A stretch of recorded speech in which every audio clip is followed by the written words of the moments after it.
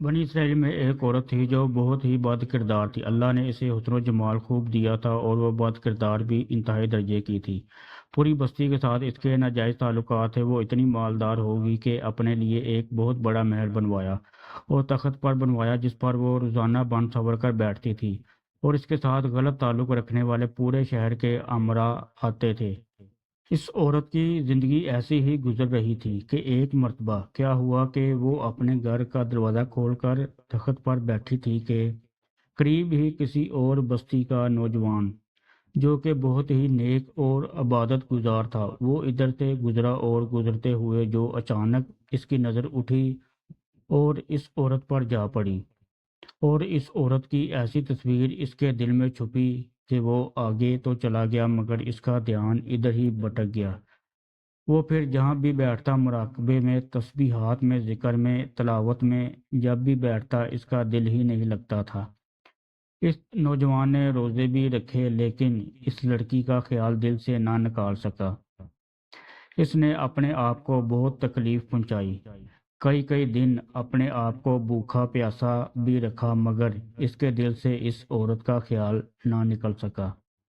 حتیٰ کہ ایک دن اس نے سوچا کہ جب اس خیال سے میری جان ہی نہیں چھوٹتی تو کیوں نہ میں اس کے پاس چلا جاؤں۔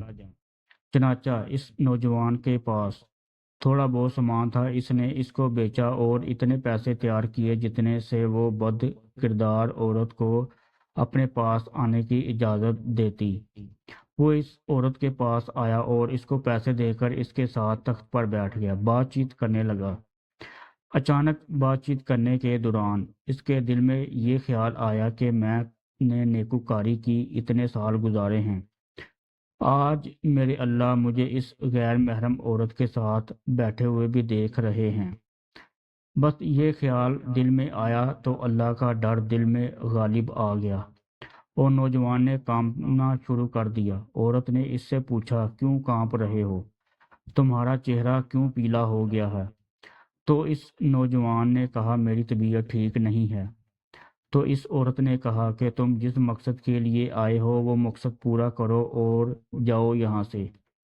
اس نوجوان نے کہا، نہیں۔ وہ عورت بہت حیران ہوئی کہ آج تک میں نے اپنی زندگی میں ایسا مرد نہیں دیکھا جو میرے قریب اس طرح تخت پر آ کر بیٹھے اور پھر برائی کیے بغیر ہی چلے۔ تم کیسے نوجوان ہو؟ مگر اس نوجوان نے کہا، یہ جو میں پیسے آپ کے لیے لایا تھا یہ تم رکھ لو اور مجھے جانے دو۔ اس عورت نے کہا، تم کون ہو اور کیا ہوا؟ اس نوجوان نے بتایا کہ میرا نام فلاں ہے اور فلاں بستی کا رہنے والا ہوں، اور میرے دل میں یہ خیال آ رہا ہے کہ میں نے اتنی عمر مسلح پر بیٹھ کر گزار دی ہے، آج میرے اللہ مجھے تیرے ساتھ بیٹھے ہوئے بھی دیکھ رہے ہیں۔ بس اس کے بعد اس نوجوان کی آنکھوں میں آنسو آ گئے اور وہ وہاں سے چل پڑا۔ اس نوجوان کے جانے کے بعد جو تھوڑی دیر کی صحبت ساتھ بیٹھنے کی اس عورت کو ملی تھی، اس کی برکت سے اس عورت کے دل میں خیال آیا کہ یہ کنوارا نوجوان اتنا اللہ سے ڈرتا ہے جبکہ اس نے گناہ بھی نہیں کیا، اور میں تو سارا دن اور ساری رات گناہ کرتی رہتی ہوں، میں تو خدا سے ڈرتی بھی نہیں۔ اس کے دل میں شرمندگی پیدا ہوئی، کروں تو کیا کروں؟ دل میں خیال آیا کہ اچھا جاتی ہوں، حضرت موسیٰ علیہ السلام سے پوچھتی ہوں کہ میرے لیے بھی کوئی توبہ کی گنجائش۔ وہ اپنے گھر سے نکل کھڑی ہوئی۔ اب اس کو بستی کا ایک بندہ پہچانتا تھا، وہ اتنی نامی گرامی چیز تھی۔ وہ چلی اور جا کر حضرت موسیٰ علیہ السلام کو دیکھا تو وہ اس وقت بنی اسرائیل کے لوگوں کو نصیحت فرما رہے تھے۔ اس نے کسی آدمی کے ذریعے پیغام بھیجا کہ حضرت موسیٰ علیہ السلام سے جا کر کہو میں ان سے ملنا چاہتی ہوں۔ اس خدا کے بندے نے سیدھا جا کر سب کے سامنے کہہ دیا کہ حضرت آپ سے فلاں عورت ملنے آئی ہے۔ جب حضرت موسیٰ علیہ السلام نے اس کا نام سنا تو بہت جلال آیا کہ لوگ کیا سوچتے ہوں گے کہ ایسی عورت ان سے کیوں ملنے آئی ہے، ان کا کیا تعلق ہے۔ اس سے حضرت موسیٰ علیہ السلام نے غصے میں کہہ دیا کہ چلی جا یہاں سے، میں نہیں اس سے مل سکتا۔ اس بے وقوف نے آ کر کہا، میں نے بات کہی وہ تو بہت خفا ہو گئے ہیں اور تم سے نہیں ملنا چاہتے۔ وہ عورت ڈر گئی۔ اس نے کہا میری بدکاریاں ایسی ہیں کہ اللہ مجھ سے پہلے ہی ناراض ہے، تو اللہ کے نبی بھی مجھ سے بات کرنا نہیں چاہتے۔ میرے لیے تو اب دنیا میں کوئی ٹھکانہ نہیں۔ بڑے اداس اور بوجھل قدموں کے ساتھ وہ وہاں سے چل پڑی اور واپس آ گئی، اور اسے سمجھ نہیں آ رہی تھی کہ وہ کرے تو۔ اب وہ حیران تھی کہ اللہ کے نبی نے بھی مجھ سے بات کرنا گوارا نہیں کیا۔ میں اتنی گری ہوئی چیز تو ہوں، وہ بات کرنا بھی نہیں چاہتے۔ چنانچہ وہ گھر آئی اور گھر کی کنڈی لگا لی۔ اس نے اپنے کسی بڑے سے سنا ہوا تھا کہ بندہ جب اپنے رب کو منانا چاہے تو اس کو چاہیے کہ وہ اس کے سامنے سجدہ کرے۔ چنانچہ اس کو کوئی اور طریقہ سمجھ نہیں آ رہا تھا۔ گھر کی کنڈی لگا کر ایک جگہ اس نے مصلی بچھایا اور اللہ کے سامنے سجدہ کیا۔ اسے پوری دنیا میں کوئی اور نجات کا راستہ نظر نہیں آ رہا تھا۔ پھر اللہ کی شان دیکھیے، اس نے ساری رات عبادت میں گزاری۔ اگلے دن اس کے دل میں خیال آیا کہ میں عورت ذات ہوں، اکیلی اس مکان میں نہیں رہ سکتی۔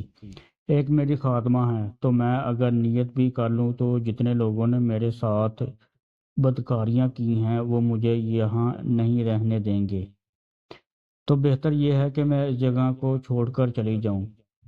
اس عورت نے فیصلہ کر لیا کہ میں یہاں سے چلی جاتی ہوں۔ اس نے اپنے آپ کو ایک سادہ کپڑے میں لپیٹا تاکہ کوئی کپڑوں اور حسن و جمال کو نہ دیکھ سکے کہ یہ کون جا رہی ہے۔ پھر اس نے سوچا عورت ذات ہوں، کہاں جاؤں گی؟ دل میں خیال آیا کہ وہ جو نوجوان آیا تھا جس کے دل میں اللہ پاک کا اتنا خوف تھا کہ وہ اللہ کے ڈر سے کانپ رہا تھا، کیوں نہ میں اس نیک بندے کے پاس چلی جاؤں، اس کی خاتمہ بن کر رہ جاؤں۔ ممکن ہے کہ وہ مجھے نکاح میں ہی قبول کر لے۔ اور اس بستی کی طرف چل پڑی۔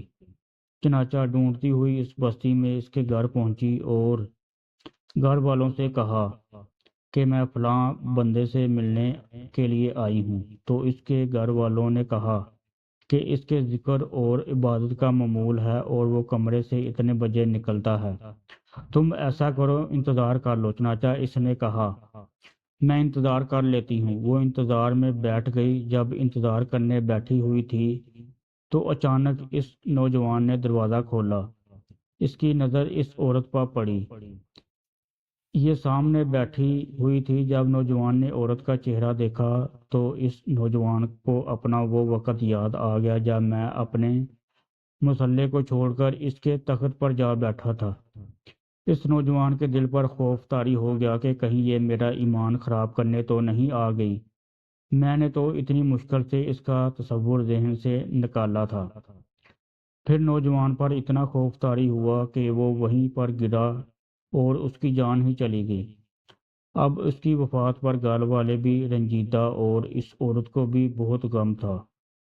خیر 3 دن کے بعد اس عورت نے اس کے گھر والوں کو بتایا کہ میں تو اس نیت سے آئی تھی۔ انہوں نے کہا اب وہ تو اس دنیا سے چلا گیا، اس کا ایک بھائی ہے، اگر وہ تمہارے ساتھ نکاح کر لے تو تم اس کے ساتھ نکاح کر لو گی۔ اس عورت نے کہا ٹھیک ہے۔ جب اس کے بھائی سے پتہ کیا تو اس نے کہا ٹھیک ہے، اگر پہلے یہ ایسی عورت رہی ہے اور اب توبہ کی نیت کر چکی ہے تو میں اس کو اپنے نکاح میں قبول کر لوں گا۔ چنانچہ اس عورت کو اس کے بھائی کے ساتھ نکاح ہو گیا اور اس عورت کو اللہ پاک نے 7 بیٹے عطا فرمائے، اور 7 بیٹے بنی اسرائیل کے اولیاء میں سے گزرے ہیں۔